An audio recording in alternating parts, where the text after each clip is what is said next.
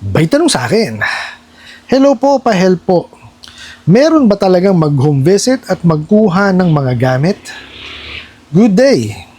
Asahan ng pagbisita ng aming field officer sa iyong barangay ngayong araw upang makipag-ugnayan sa inyong utang at maaaring kumpiskahin ang inyong gamit na naaayon sa iyong pagkakautang. Mag-reply sa aking mensahe upang makipagkasundo sa akin ngayon. Alright, napakagandang katanungan po nito, pero bago ho natin sasagutin, imbitahan ko muna sana kayo. Napakisuportahan po sana ang aking mga social media accounts sa YouTube, Facebook, and TikTok. Dito po sa ating video ngayon, aalamin po natin kung may katotohanan ba yung laging panakot po itong mga bugo katabusadong online lending apps na bibisita raw po sa barangay. No? At hindi lang ho yun. Kukuha raw ho ng gamit sa inyo. Yung katumbas nung nahiram po ninyo. No? Yun po ang ating tatalakayin ngayon. Pero bago ho yan, disclaimer po muna. Hindi po ako abogado, ako po yung maniningil. Lahat po na sinasabi natin sa ating mga video is based on my experience at syempre po, sa ating pong pagsasaliksik at pagtatanong sa mga kaibigan po nating abogado. At isa pa po, hindi ko po kinukonsente ang hindi pagbabayad ng utang dahil ang utang ay isang obligasyon na kailangan po natin bayaran.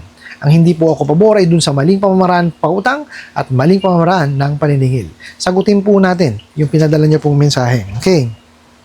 So ito nga po, nanghihingi ho kayo ng tulong, no? At tinatanong nyo kung talaga bang may home visit at may kinukuha silang gamit. Kasi nga ho, may pinagpadala sa inyong mensahe. So sabi ho dun sa mensahe, asahan daw ho, no, yung pagbisita nung kanilang field officer sa inyong barangay. O, dun ho muna tayo. Ano daw? Field visit. Okay, ito lang po yan, ha. Dun lamang po tayo sa makatotohanan. Okay. Kung yung bugok at bugok na online lending apps lamang po, malabo hong pumunta sa inyo yan. Okay? May mangilan-ngilan po, okay, na mga online lending apps at online lending na nag-home visit. Pero pagka yan ho, nag-home visit, no, diretso talaga sa bahay, hindi sinasabi nilang, no, pupunta sa barangay. Anong gagawin nila sa barangay? Di ho ba? Sino ho ba may utang? Di po ba yung kliyente? Bakit pupunta sa barangay? Tsaka ito lang po, liliwanagin po natin, ha? Meron ho tayong Supreme Court Administrative Circular 14-93. Ang nilalaman po nun is pagka po juridical entity or organisasyon, hindi na po yan tinatangkilik sa barangay. Kasi po, no, ito pong mga juridical entity or organisasyon, may kakayanan po yan magdemanda. So, hindi na po kailangan dumaan pa ng barangay. Ang mga binibistay na lamang po, sa barangay is yung mga individual po.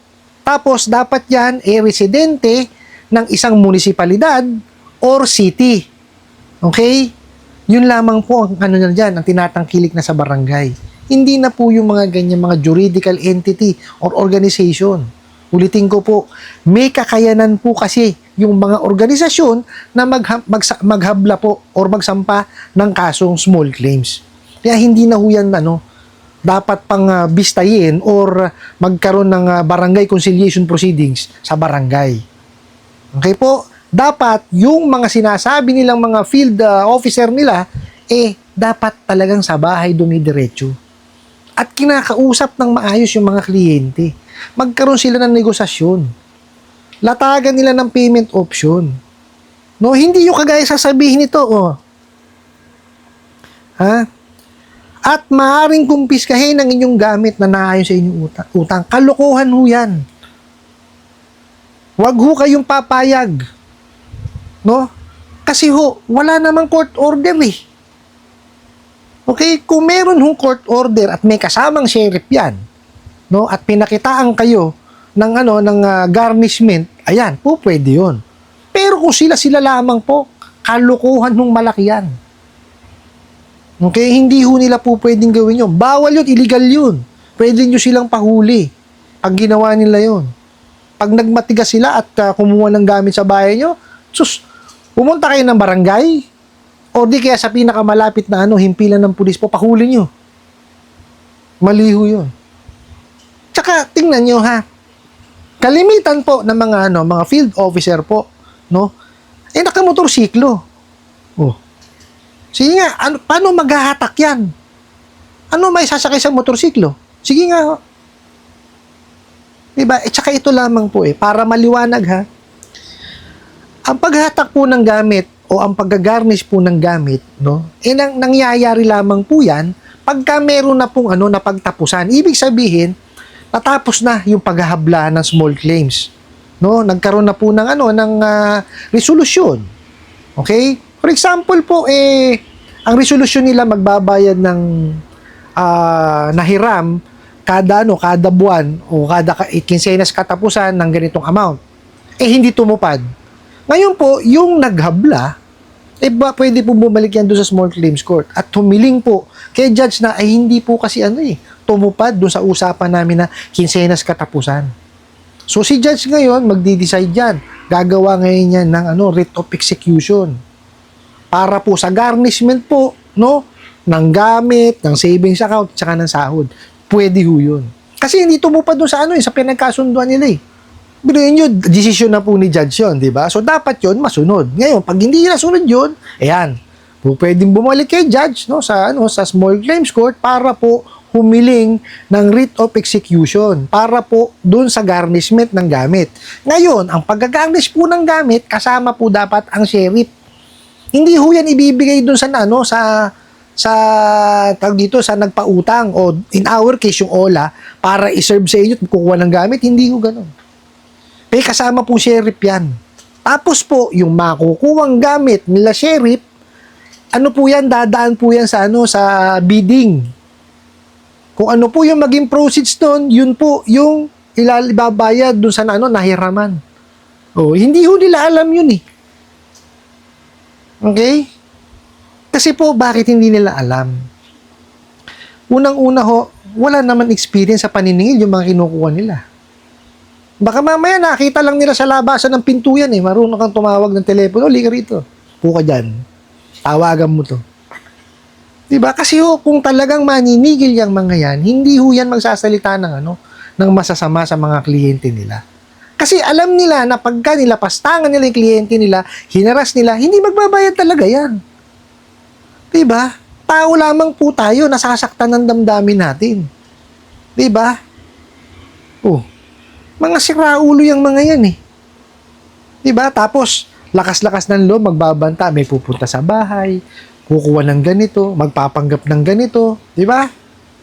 Ganyan ang walang yaan yung mga yan. Tapos, tingnan nyo, diba? Nanakot. Pagdating sa huli, mag-reply sa aking mensahe upang makipagkasundo sa akin ngayon. Diba? Inconsistent Kung ikaw mananakot ka na lang na manakot. Sira ulo. Diba? Tapos pagdating sa huli, lalambot ka din. Diba? Walang consistency kasi nga hindi marunong maningil In the first place, hindi naman dapat nila sinasabi yan. Na may pupuntang maniningi o yung field officer para kumuha ng gamit. Hindi na Hindi pa para gawin nila yun Kasi ito lang yan. Maniningil ako. Ang tradisyonal na pamamaraan po, ng paniningil, pumupunta talaga sa bayan. Nakikipag-negotiate kami doon sa mga kliyente namin na talagang hindi nakabayan. Okay? Kasi kayo, mga bugo katabusadong online lending apps, kung tama yung pamamaraan ninyo ng pagpapautang, hindi kayo aabot sa ganyan. Pero yun in 7 days, katakot-takutan ang gagawin nyo. Diba? Mali yan Kasi kung na-explain nyo ng maayos doon sa inyong mga kliyente yan, sinabi nyo yung totoo na out of the 1,500 lang makukuha nyo. Diba? Tapos, ang babayaran nyo doon sa 1,000 na approve sa inyo, 1,500. Tapos, 7 araw lang, wala akong kukuha niyan. Sigurado ho yan. Sinong loko-loko? Ang papayag, ang na-approve, 1,000. Matatanggap, 500, babayaran, 1,500. Sige nga ho. Sa 7 araw, ano may tutulong nun? Diba? So, wala akong kukuha niya. Kasi nga, hindi nila ini-explain yan Kasi alam po nila sa sarili nila na wala akong tatanggap nung kanilang produkto. Walang manghihiram sa kanila. Okay po? Ngayon, eto na ho, di ba? Tinakot na kayo. Kung ano-ano ng harassment. At past due na rin kayo. Ito lang ko sasabihin ko sa inyo, hindi ho mawawala yung inyong utang hanggang hindi nyo binabayaran. Kaya pagtuunan nyo ng pansin yung inyong hanap buhay nang kayo po ay makapag-ipon. Nang ito po'y mabayaran. Huwag ho kayong magpaparsyal. Uulitin ko. Napakarami ho kasing nagko-comment at nagpapadala sa akin ng mensahe na willing silang bayaran paunti-unti. Hindi ho papayag yung mga bugok na yan. Sisiguraduhin ko sa inyo. Dahil mga tuso yan. Okay? Ano yun lang kayo? Sasalbahihin lang ho kayo niya. Kaya kayo ho, pag-ipunan nyo ho siya, tsaka nyo ho siya bayaran. Ang basahin nyo ho at intindihin ho natin is yung ceiling on interest rate na ginawa po ng BSP.